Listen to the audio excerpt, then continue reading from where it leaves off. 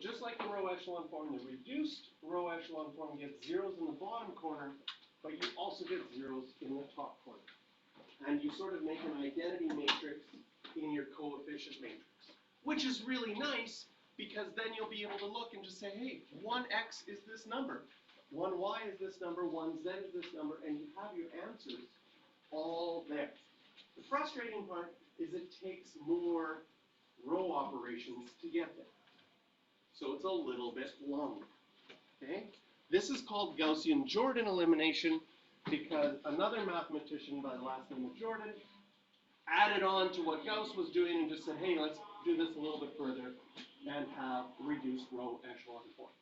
So in a 2 by 2, first of all, we've got our matrix A here, and the first thing that we're going to want to do is get this one to be a 0.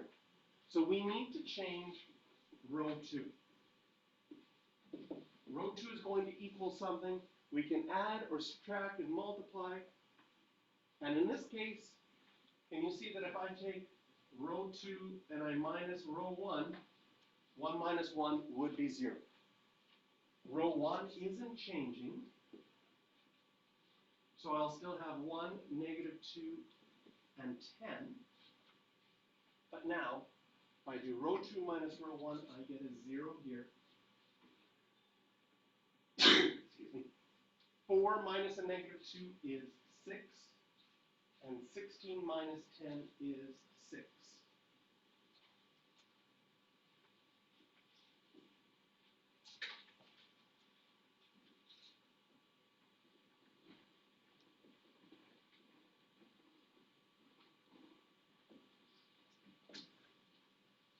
Then in reduced row echelon form, not only do we want the zeros, but we want ones along the diagonal.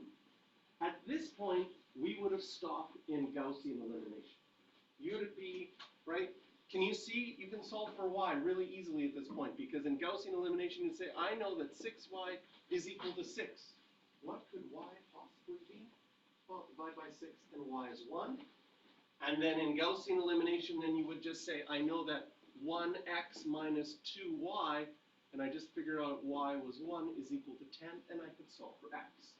So that's where our first Gaussian elimination would say, you can now go back to your regular algebra and solve everything.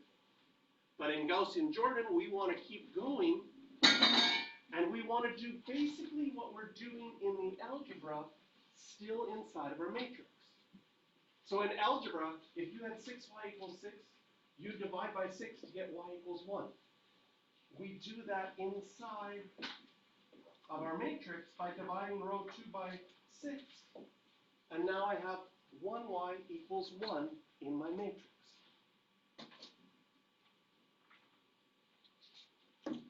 Next, our next goal is to get the top corner to be a 0. To get our top corner to be a 0, I need to change row 1. And I can do that by taking row 1 and adding 2 row 2s. So I look at what could I do adding and subtracting if I multiplied row 2 by 2 and added it to row 1, that would make that a 0. I'm just switching colors here because now our first goal was to get that as 0. We did that in green. Now our second goal is to get the top as 0. So I'm not changing row 2, so I can rewrite row 2 again. Row 1 is changing, and I'm going to take row 1 and add 2 of row 2. Notice this stays a 1. This becomes a 0. And row 1 plus 2 row 2s, this will become a 12. And now we have reduced row echelon form because we have an identity matrix where our coefficients work. And from this, it's easy to say y is equal to 1, x is equal to 12. Notice up here, if you would have solved for x, after you plugged it in with Gaussian elimination, you'd have to add 2 to the other side. You would have got x equals 12. So that's nice. What Gaussian Jordan elimination does is it lets you keep your matrices clean and work all the way through your matrices and get your answers and final answers right away. Okay? When you are practicing, sometimes things go apparently bad. Like, I'm getting a lot of fractions, I'm getting numbers that are not nice to work with. Did I make a mental math error? Okay? So what I'm going to show you is on your calculator, you can get the answer very quick from your calculator and use it as a check to see if you're doing things correctly. So I'm going to go to Matrix, and I'm going to edit a matrices rock. This has 2 rows, 3 columns. I'm going to, we've got 1, -2, 10, and 1, 4, 16. This was our original matrix. Our original augmented matrix you can put into your calculator. And then you can go to matrix and go over to math, and right at the bottom, you can get reduced echelon form. That's the Gaussian method. But even nicer is the reduced row echelon form. I put enter on that, and I go and enter in matrix A. And it tells me the answer is 0. That my x should be 12, my y should be 1. So if you're working and things are going bad for you, use your calculator to find out what the answers really are.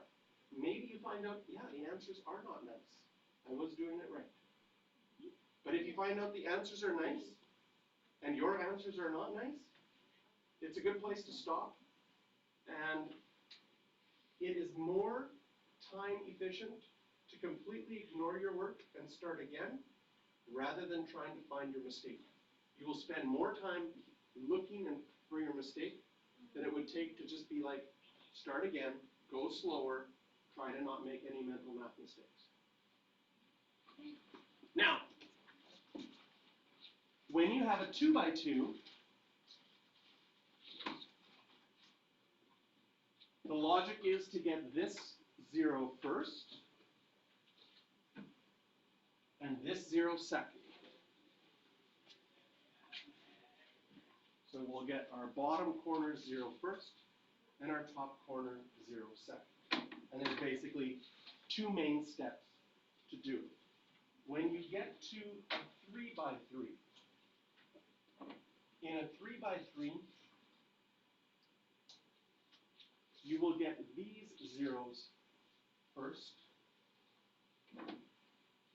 this 0 second, these zeros third, and that 0 last.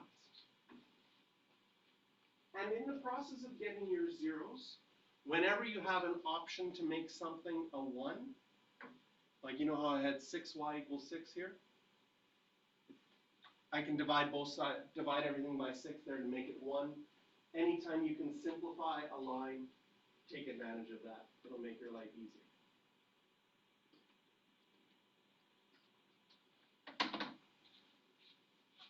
So we'll do another 2 by 2. We've got a couple of 2 by 2s here. We'll do another one together, and then I might leave the next 2 for you to practice on your own.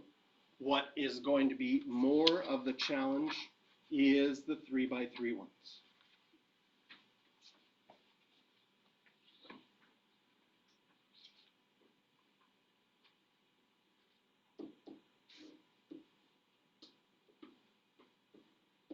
Set up your augmented matrix.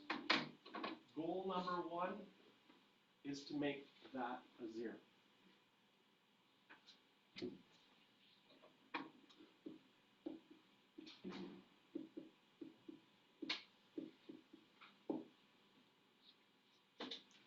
I can make that a 0 by taking row 2 and minusing row 1. Can you see you could also make it a 0 by taking row 1 and minus row 2? It doesn't matter, okay? Little tiny things that do matter is if you're changing row 2, part of what you're changing should also include a row 2. Now, when you only have 2 rows, that's not even an option to do anything else. Okay? But sometimes if you have 3 rows, you can't just say, I'm going to change row 2 to row 1 plus row 3. You need to include the row that you're changing needs to be included in your map. So it's like an additional small rule for row operations. So I'm not changing row 1. So the first thing I always do is rewrite the row that I'm not changing. Row 2 minus row 1, that gets my 0 that I wanted. 1 minus a negative 1 will be a 2. And 5 minus 3 will be a 2.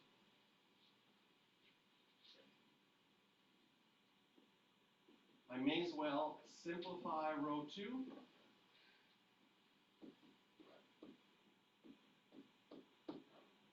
Right, whenever you have an option to simplify something down to a 1, you'll do that right on.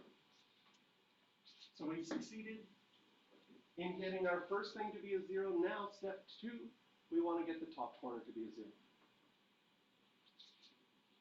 So I want to change row 1. I can just do row 1 plus row 2. That would get that to be a 0. 0, 1, 1. That row is not changing. And when I add them, 2 plus 0, this will still be a 2. Negative 1 plus 1, that succeeds in getting that to 0. And 3 plus 1 will be 4.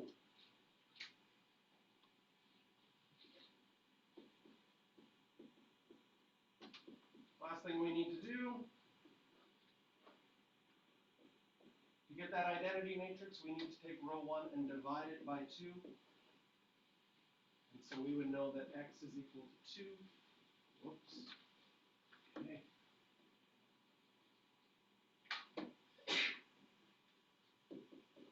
And y is equal to 1.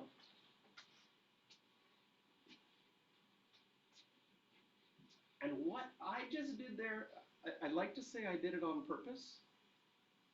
I just wrote down a number wrong. Just copied a row down wrong. I didn't do it on purpose. But you and me will do this over and over again because it is so easy to copy things down. So easy to the point where it's almost, some of these steps are almost annoying that you have to rewrite something. And when you do something that's a little bit easy and a little bit annoying, you don't think about it. You just do it quick. And your brain starts thinking about what it wants to do next. And even copying down numbers becomes hard. You just copy the wrong numbers down. You got to be careful. So you always have to sort of, I build it in. It's hard to do is after I write down something simple, I still try to double check. And it was in my double check that I'm like, what the heck? Where did that happen? And you'll find you'll make less mistakes as you're going. Okay, I'm going to get you to do one 2x2 on your own.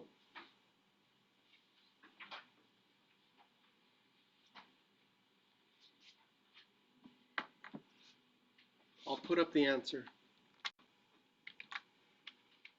I'll put up the answers on, and what you do with your row operations might be slightly different, but for the first one, you would have got A is equal to 2 and B equals 1.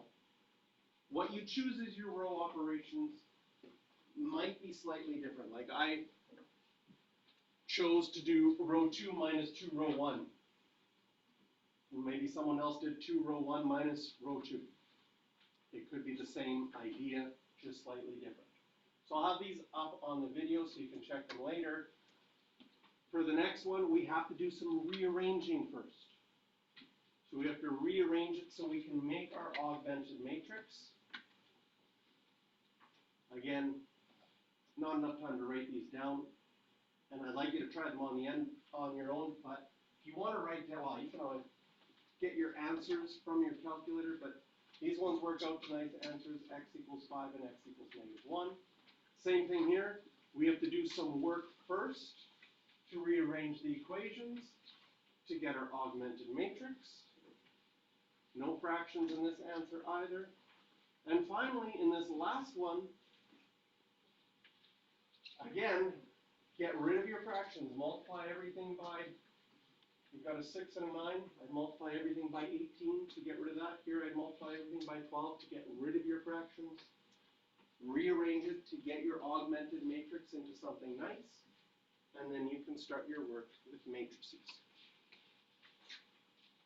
So what we're going to move on to is the ones that require a little bit more work, which are the 3x3 matrices.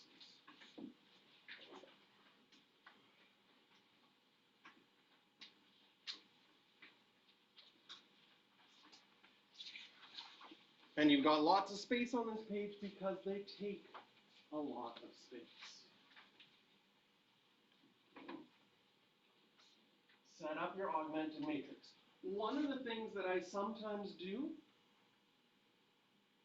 is I write them in a different order based on, I want a 1 here and eventually anyways.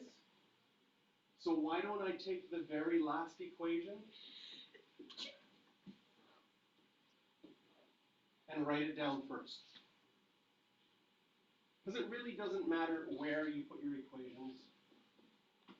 Oops, no x. 4, 1, 1, 5, and 2, -1, 2, 10.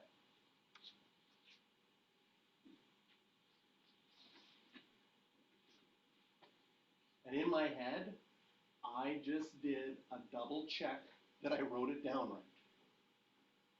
Nothing worse than writing down the question wrong and then doing 20 minutes of work to find out it doesn't work, to realize that that was your mistake. Now I'm going to color code this.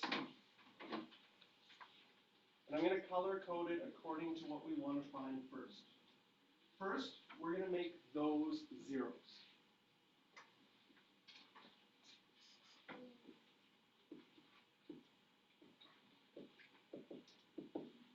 And in a 3x3, you can change 2 rows at the same time if you like. You can change 3 rows at the same time if you like.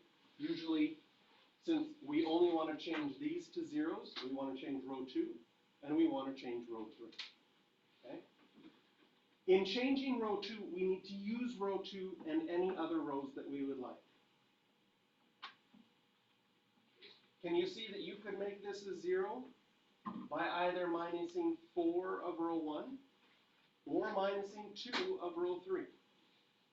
It doesn't matter which one you do.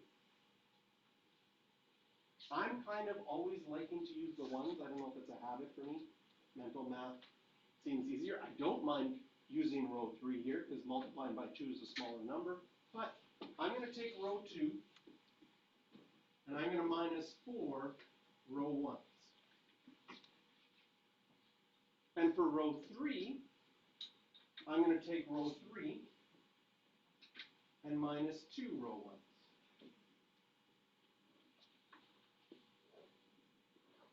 First thing I'm going to do is I'm going to rewrite row 1 because I didn't change that.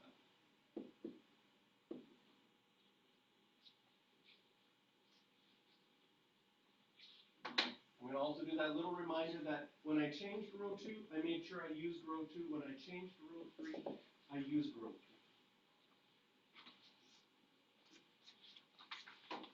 So if I take row 2 and I minus 4 row 1s, what am I going to get? I'm going to get a 0 here.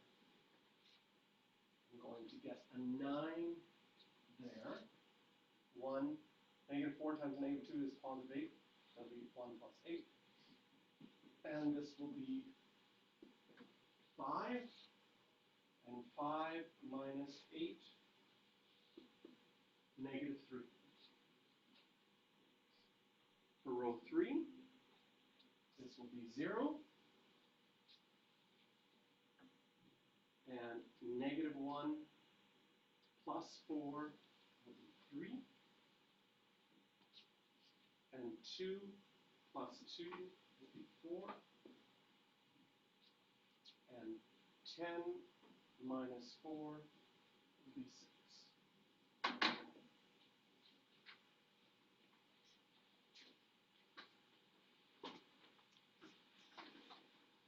Can you see that you're doing a lot of mental math? And it's going to be easy to make mental math errors. Once you make a mental math error, everything will go bad from there. Okay? One of the things you can do as a check to make sure, like if you're wanting to make sure you're not making mental math errors early on and you're practicing, you can go to your calculator. So we're going to go to our matrix A. Now we have 3 rows, 4 columns. I'm going to write this matrix in 1, negative 2, negative 1, 2, 4, 1, 1, 5, and 2, negative 1, 2, 10. So I've got my matrix A, my augmented matrix, into my calculator. I'm going to steal reduced row echelon form from above. And I know my answers should be that Z is 3, Y is negative 2, and X is 1.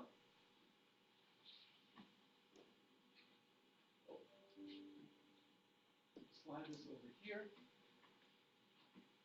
And you can do, I'll help myself. You can do some quick mental math check. If Y is negative 2 and Z is 3, what happens if I do 3 times negative 2, negative 6, 4 times 3 would be 12. Is negative 6 plus 12 6? Yes. I know that this row is correct at this point. If I plugged in my numbers and it didn't work out, then I know that I made a mistake already and I have a row that's wrong. I can check row 2. 9 times negative 2 plus 5 times 3. That would be negative 18 plus 15. Is that negative 3? Yes. So I know I haven't made a mental math error.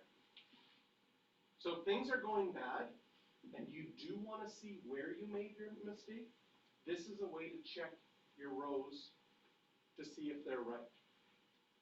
In fact, this is when you guys make mistakes on your test and this stuff, and I have to find the mistake, that's what I do. I check your rows with the right answers to see if your rows are right. Yeah. Can you like summarize that like one more time? Yeah. So I want to check if this row is right. That row right now means 3y plus 4z equals 6. That's what that row means. There's no x's in that row because I have a 0. My calculator says, in reduced row echelon form, that z is 3 and y is negative 2. So according to the answer, I know that y is supposed to be negative 2 and z is supposed to be 3. So do a quick check. This will be negative 6. This will be plus 12. Is it equal to 6? Yes, it is. I know that row is right. Is that a good summary? Yeah, that makes so much more sense. Thank you. You're welcome. Thanks for asking. So that's how we can use it as a check. So, step 1, done. We got zeros. I'm going to change colors. Step 2, we want to make that a 0.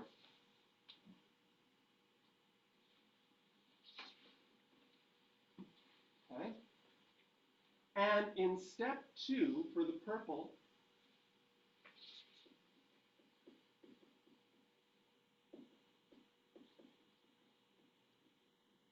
I don't like the plus sign.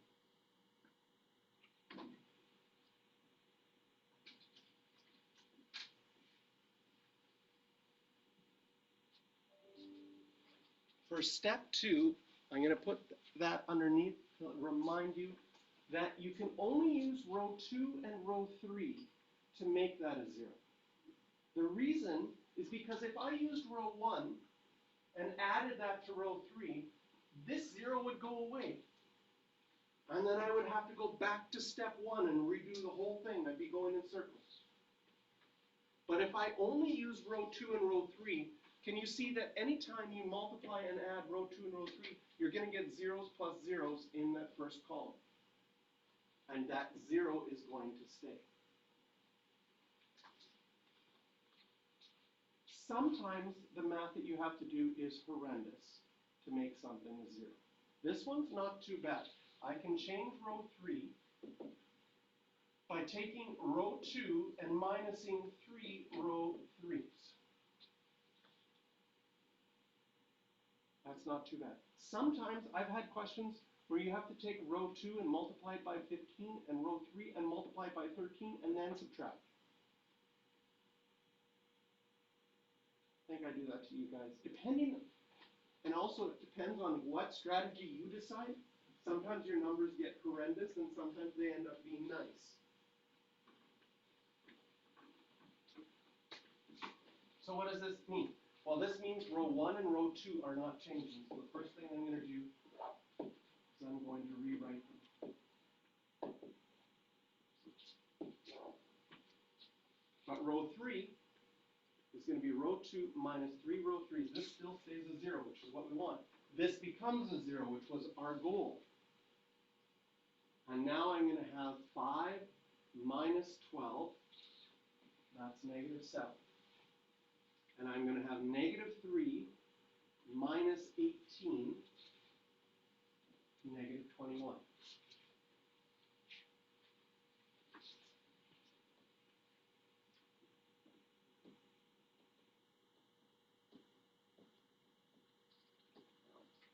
See how we have common factors in row 3? We've got a negative 7 and negative 21. In the end, if we want our identity matrix, we'll need row 3 to have a 1 there. So I can just take row 3 and divide by negative 7, so my row 1 doesn't change. My row 2 is not changing.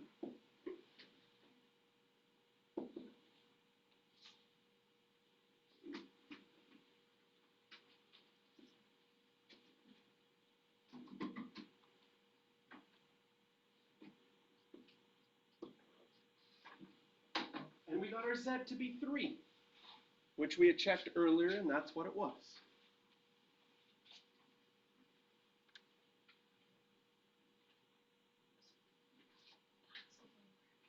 What's that? The line is like the equal signs.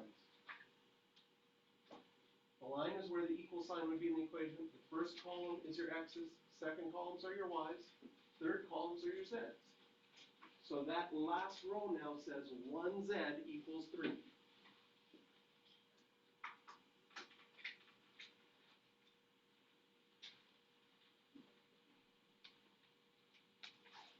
Switching colors. Next goal will be to get those as zeros.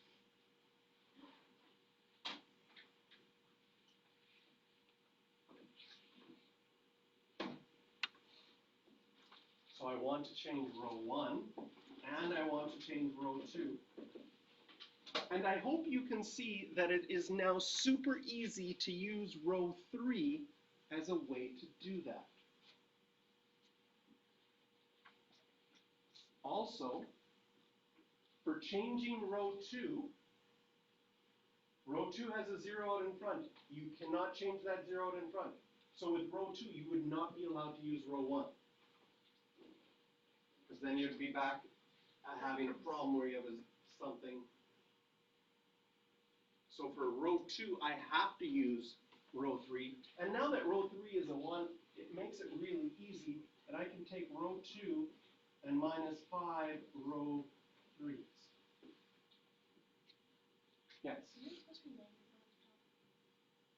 Like on the first row? On the first row, 1, negative 2, 1, 1, negative 2, 1. Yeah, is it supposed to be negative one? Oh, yes, look at that.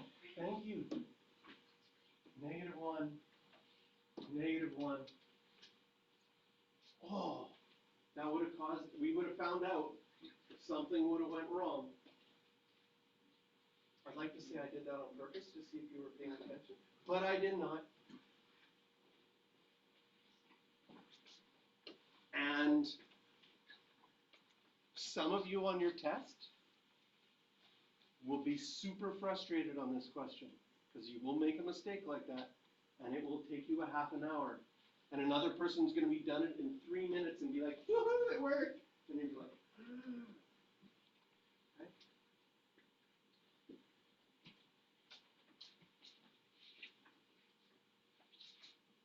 Oh,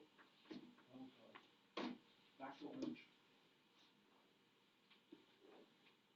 Okay, so row 2, I want to do row 2 minus 5 row 3s, and row 1, I'm going to do just row 1 plus row 3.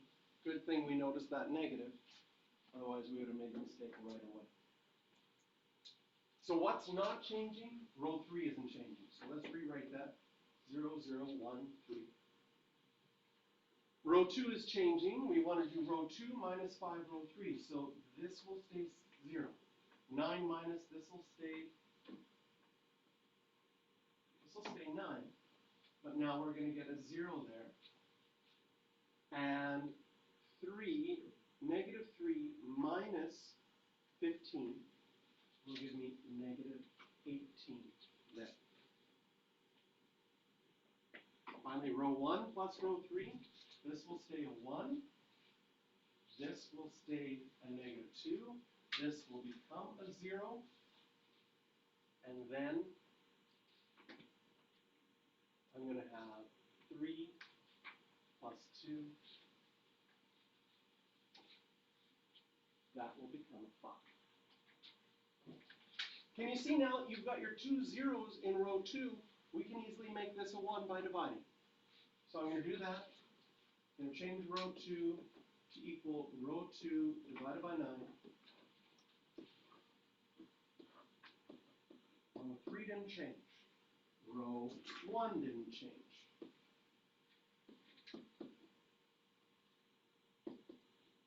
And now I know that the y value has to be negative 2.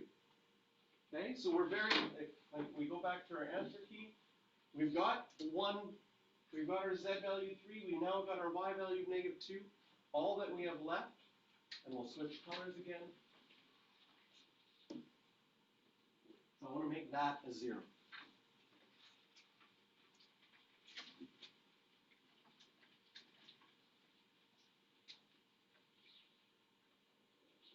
I need to change row 1. Can you see that the only row you could use is row 2? So we're going to do, I'm going to take row 1 and add 2 row 2s.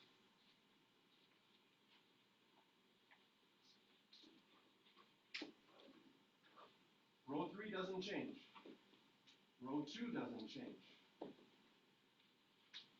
Row 1, if I add this will become a 1. This is now a 0. This is a 0. And row 1, which is 5, plus 2 times negative 2 is negative 4. This will be a 1. And we don't even, the nice thing, by having that 1 in the top left-hand corner to begin with, I didn't have to do an extra step where I needed to divide to make it a 1. That was part of the reason I chose that line to be first when I wrote it up. So from here, we know that x is equal to 1, y is equal to negative 2, and z is equal to 3. Then on a test, if you wanted to check, you could go back to your original equations and plug them in, right? What do we have? X equals 1, y equals negative 2, and z equals 3.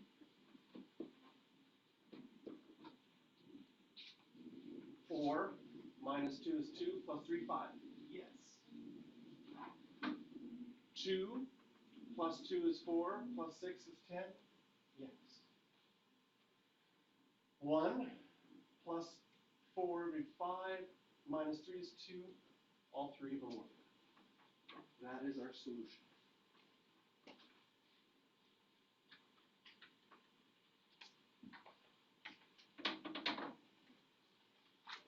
If you wanted to picture this in 3 dimensions, these are lines in the 3-dimensional space. So if you draw a line like this, and a line like this, they all intersect at the point 1, -2, 3. If you wanted to visualize that on paper, this is what it would sort of look like. I'm going to get some white space right here to draw a little.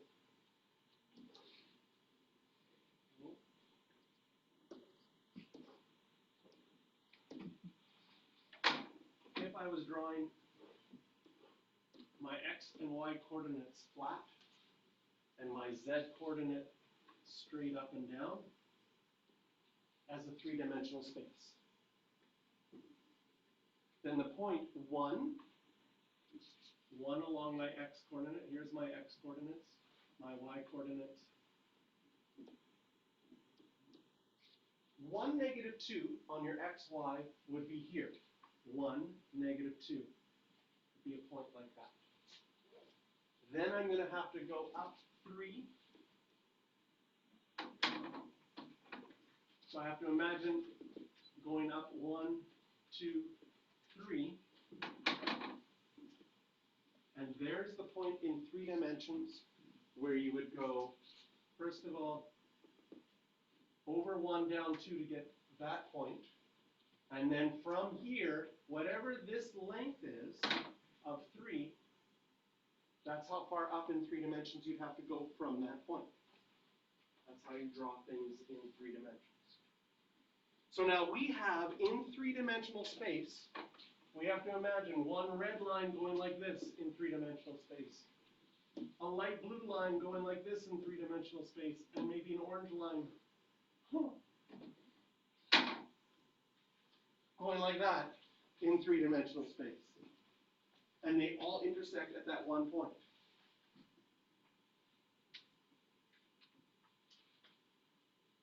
This would be very hard to do and not a good idea with airplanes, but you could try.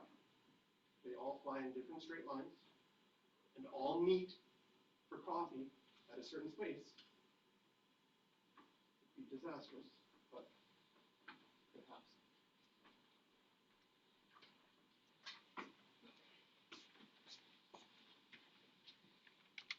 All right, one for you to try.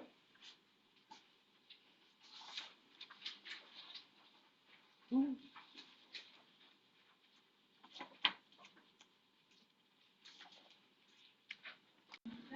right, I'll put up this, the work that I did on an entire page, so it's on the video.